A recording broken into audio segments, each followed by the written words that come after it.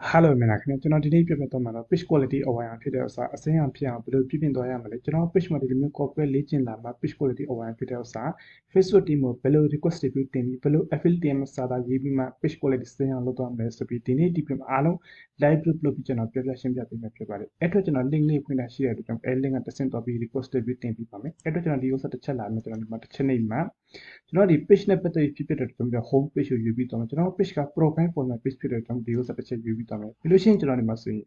affiliate တင်မှာစာသားကျွန်တော်တခြားလေးရေးပြီးထည့်ပေးရမယ်ကျွန်တော် page ကဘာကြောင့် page quality over ဖြစ်တယ်အဲ့ဒီတခြား system နားလဲသဘောပေါက်မှာရေးပြီးထည့်ပေးမယ်အတွက်ကြောင့်မို့ကျွန်တော်အားလုံးအစစ်အလုပ်ပြီးထားတာအတွက်ကြောင့်ဒီစာသားကျွန်တော်တစ်ချက် copy ကူပြီးတော့ page လုပ်ပြီးထည့်မယ်ပြီးလို့ရှိရင်ကျွန်တော်ဒီမှာဆို page link ဆိုတဲ့နေရာမှာကျွန်တော်ဒီ page ရဲ့ link ကိုတွားထည့်ရမယ်အတွက်ကြောင့်မို့ page link ကိုတစ်ချက် copy လုပ်ပါမယ်โอเคကျွန်တော်ဒီနေရာလာပြီဆိုကျွန်တော်ဒီ page link ကိုတစ်ချက် copy ကူပြီးမှကျွန်တော်ဒီမှာ page လုပ်ပြီးထည့်လိုက်ပါမယ်ပြီးလို့ရှိရင်ကျွန်တော်ခဏရင်ဒီဥစ္စာလည်းကျွန်တော် affiliate တင်ရတဲ့အခါမှာ link ထည့်သွားမယ်အတွက်ကြောင့်မို့အားလုံးအစစ်အလုပ်ထားလိုက်ပါမယ်ပြီးရင်ကျွန်တော်ဒီဥစ္စာကိုပြန် copy ကူပြီးမှအခုလည်းတစ်ချက်ပြန်တော့ပြီးကျွန်တော်ဒီနေရာ page လုပ်ပြီးထည့်လိုက်ပါမယ် page လို့ထည့်ပြီးကျွန်တော်ဒီ link တွေပါအားလုံးဝင်သွားခဲ့ပြီဆိုလို့ရှိရင်ကျွန်တော်ဒီ page quality အဝါဖြစ်တဲ့ screenshot တစ်ခု attach လုပ်ပြီးသွားမယ်အတွက်ကြောင့်မို့သူရဲ့ page quality ကိုတစ်ချက်ပြန်သွားမယ်โอเคကျွန်တော် screenshot ဆွဲလို့ပြီးတော့ခဲ့ပြီဆိုရင်အခုလည်းနေရာတစ်ချက်ပြန်သွားပြီးကျွန်တော်ပြန်မှာ screenshot တစ်ခု attach လုပ်ပြီးထည့်လိုက်ပါမယ်โอเคကျွန်တော် screenshot ထည့်လို့ပြီးတော့ခဲ့ပြီဆိုကျွန်တော်ဒီကနေ submit ဆိုပြီးပို့လို့ရှိရင်ဒါကြတော့ကျွန်တော် Facebook ကို feedback ပေးတာပဲရှိသေးတယ်ကျွန်တော်ဒီ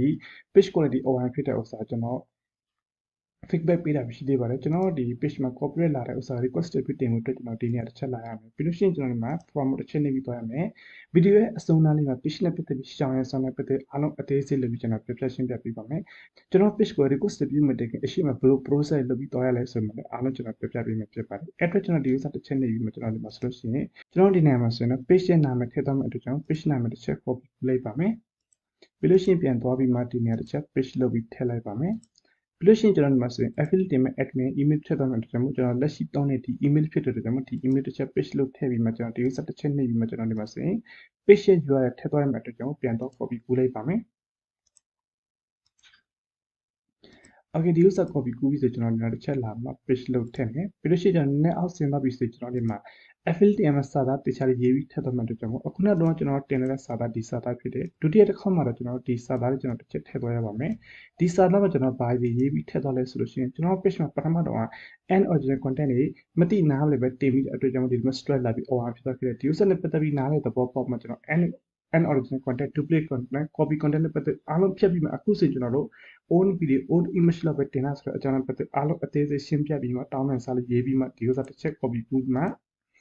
page လုပ်ပြီးကျွန်တော်ထည့်သွားပါမယ်ပြီးလို့ရှိရင်ကျွန်တော်ဒီမှာဆိုလို့ရှိရင်တော့ခုနကတိုင်း page quality over ဖြစ်တဲ့ screenshot ထည့်မယ်ပြီးကျွန်တော်ဒီမှာ attach လုပ်ပြီးမှကျွန်တော်ဒီမှာစေနာမတစ်ချက်ထည့်ပြီးမှကျွန်တော်ဒီက send ဆိုတာပို့လိုက်ပါမယ်ဒီလိုပို့လိုက်ပြီးဆိုရင် Facebook team review တဲ့ 100% ရောက်တော့ခဲ့ပါမယ်ခဏလေးစောင့်မယ်ပြီးလို့ရှိရင်ကျွန်တော်ဒီက submit ဆိုပြီးနေလိုက်ပါမယ် okay ဒီမှာခဏစောင့်မယ်နော်ဗီဒီယိုနည်းနည်းတော်တော်လေးလုပ်ပြရဆိုဗီဒီယို short ဗီဒီယိုဖြစ်လို့ရှိရင်လူတိုင်းကြည့်ရတဲ့အဆင်ပြေတဲ့ဗီဒီယိုရှည်လို့ရှိရင်ဒီအချိန်အလကားကိုမဆိုရအတွက်ကြောင့်ပါပေါ့နော်ကျွန်တော်ဒီမှာဆိုရင် from submit successfully ပြတော့ start ဒီတစ်ချက် okay နေလိုက်ပြီဆိုဒီဥစ္စာကျွန်တော်တို့ 100% Facebook team ထဲကို review ထဲကိုရောက်တော့ခဲ့ပါတယ်ဒီ setup ပြီးတော့ခဲ့ဆိုနောက်ဆုံး step တစ်ခုနဲ့ request review တင်ပြီးမှ page နဲ့ပတ်သက်ပြီး share စာနဲ့ပတ်သက်ပြီးကျွန်တော်တို့ request review မတင်ခင်ဘယ်ဥစ္စာနဲ့ပတ်သက်ပြီး line နာတော့ရမှာဆိုပြီးအားလုံးကျွန်တော်ပြပြပေးမယ်အဲ့တော့ကျွန်တော်ဒီမှာတစ်ချက်လာပြီးကျွန်တော်ဒီမှာဆိုရင် page ရဲ့ URL link ကိုကျွန်တော်တစ်ချက် copy ပြရပါမယ်page ရဲ့ URL တစ်ချက် copy ကူးပြီးစင်ကျွန်တော်ဒီမှာတစ်ချက် page လုပ်ပြီးထည့်သွားလိုက်ပါမယ်ပြီးလို့ရှိရင်ကျွန်တော်ဒီမှာဆိုရင် affiliate မှာစာသားပါနော်အခုနစာသားပဲကျွန်တော်တစ်ချက်ပြန် copy ကူးမယ်ပြီးလို့ရှိရင်ကျွန်တော်ဒီနာတစ်ချက်ထည့်သွားလိုက်ပါမယ်ပြီးရင်ကျွန်တော်ဒီမှာတစ်ချက်နှိပ်ပြီးမှကျွန်တော်ဒီ user တစ်ချက်ထည့်မယ်ကျွန်တော်ဒီ affiliate တင်မဲ့ link ကိုကျွန်တော်ဒီတစ်ခုနဲ့တစ်ခုနည်းနည်းလေးကွဲပြားမှုရှိတယ်ကျွန်တော်ဒီ Facebook team နဲ့လိုက်ချက်ထိုင်တဲ့အခါ Facebook team နဲ့ပေးပို့လာတဲ့ link နဲ့ဒီ link ဒီနဲ့ကျွန်တော်တစ်ဆင့် request ပြီးတင်ပြီးတော့တာပေါ့နော်ဟိုရင်တော့ဆိုလို့ရှိရင်ကျွန်တော်ဒီ Facebook team လိုက်ချက်ထိုင်မှာကျွန်တော်ဖြည့်ရှင်းသွားရရတယ်အခုနောက်ပိုင်းကျတော့ Facebook ကလည်း auto system နဲ့တော့တဲ့အတွက်ကြောင့်ကျွန်တော်ဒီတခြားလေး page ကို setup တခြားချိန်ပြီး page အမှန်နဲ့ပတ်သက် clear ဖြစ်ပြီးဆိုရင်အဲ့ဒီမှာ request ပြီးတင်ရမှာ okay ကျွန်တော်အားလုံး setup လုပ်လို့ပြီးတော့ပြီ send ဆိုနေလိုက်ပါမယ် Okay ကျွန်တော် request တွေတင်လို့ပြီးတော့ခဲ့တဲ့ဒီပုံစံလေးပေါ်လာမယ်ဒီပုံစံလေးပေါ်လာခဲ့ပြီဆို page နဲ့ပတ်သက်ပြီးရှောင်းရဆိုနဲ့ပတ်သက်ပြီးကျွန်တော်ပြပြပေးမယ်ဖြစ်ပါတယ်ဒီ page ကဘာကြောင့် page quality အဝိုင်းဖြစ်သွားခဲ့လဲဆိုရင်ဒီ page owner မသိနားမလဲပဲနဲ့သူရဲ့ page မှာ gender နဲ့စကားလုံးရေးပြီးတော့တဲ့ခါမှာ root on smash ဆိုပြီးလာတဲ့ကျွန်တော် page quality အဝိုင်းဖြစ်သွားခဲ့တယ်အဲ့ဒီဥစ္စာနဲ့ပတ်သက်ပြီးလုံးဝလုပ်လို့မရဘူး gender နဲ့စကားလုံးဆိုတူဦးတယောက် set ဆိုတဲ့စကားလုံးနဲ့ပတ်သက်ပြီးနိုင်ငံရေးနဲ့ပတ်သက်ပြီးဒါမှမဟုတ်ရင်တူဦးတယောက်ပုတ်ခဲ့တဲ့စကားလုံးမျိုးရေးပြီးသွားမယ်ဆိုရင်အနည်းနဲ့အမြဲ root on span ဆိုပြီးလာတဲ့အတွက်ကျွန်တော် page quality အဝိုင်းဖြစ်သွားခဲ့တယ်တချို့ဆိုရင်အခက်မသိအနည်းအားဖြစ်သွားခဲ့တဲ့အတွက်ကြောင့်မို့ဒီဥစ္စာနဲ့ပတ်သက်ပြီးလုံးဝလုပ်လို့မရပါဘူးနောက်တစ်ခုက root on span ဆိုတဲ့လာရတဲ့အကြောင်းရင်းကျွန်တော် page မှာစကားပြောတဲ့ဥစ္စာ screenshot ရိုက်ပြီးတင်တယ်ဒါမှမဟုတ်တူဦးတယောက်ကျွန်တော် blacklist တင်ပြီးသွားတဲ့ဆိုရင်အဲ့ဒီ blacklist ရဲ့တစ်ဆင့်ကျွန်တော် page မှာ root on span ဆိုပြီးလာတယ်တင်ချင်းချက်ချင်းတော့မလာဘူး